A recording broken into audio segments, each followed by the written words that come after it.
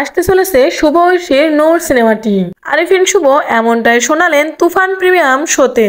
রায়হান রাফি পরিচালিত এবং আরিফিন শুভ অভিনীত নূর সিনেমাটির কাজ শেষ হয়েছে অনেক আগেই, কিন্তু নানা বাধায় ছবিটি এতদিন মুক্তি পায়নি। তবে দ্রুতই ছবিটি মুক্তি পেতে যাচ্ছে। এই ছবিতে আরিফিন শুভর বিপরীতে রয়েছেন ঐশী। এদিকে ঈদের দিন সবচেয়ে আলোচিত ছবি তুফানের প্রিমিয়াম শো ছিল 24 জুন সন্ধ্যায় মিরপুর স্টার সিনেপ্লেক্সে।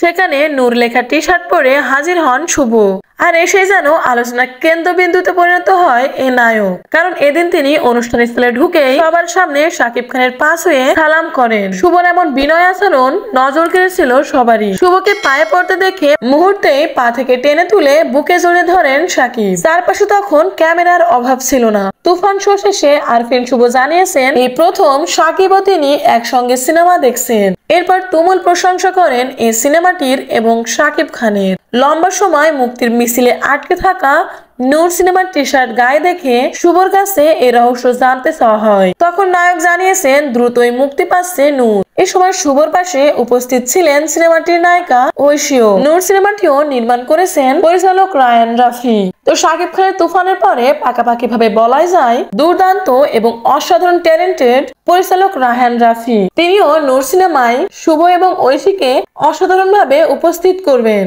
এবং বলাই বাহুল্য আরিফিন শুভ একজন পরীক্ষিত হিরো এবং নতুন নায়িকা হিসেবে জান্নাতুল ফেরদৌস ঐশীর অভিনয় ঠিক কতটা ফুটিয়ে তোলা হয়েছে তা দেখা যাবে সিনেমাটি মুক্তির পর।